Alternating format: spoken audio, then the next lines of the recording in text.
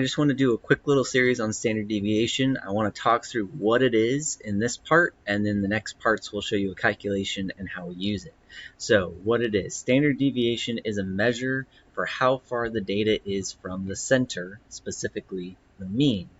And if we take a look at this right here, I'm going to just use the example of two classes where I made up some test scores. Class A, you can see those scores there. Class B, you can see the scores as well. And if you were to take a moment and calculate the mean for both of these, add them up, divide by 5, they would have the same mean of 80.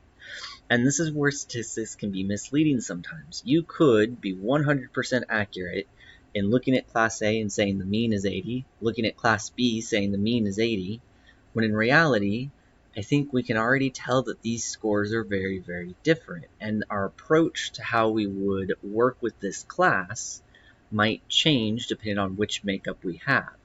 And that's where standard deviation comes into play. If we were to calculate standard deviation for Class A, it would be 17.8.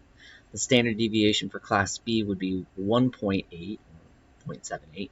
And take a look at the dot plots for a second. Written on the same scale, we can see how clearly Class A, the dots are much further away from the center or the mean.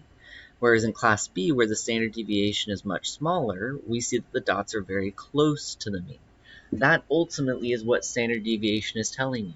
A larger standard deviation means that the numbers are getting further away from the mean.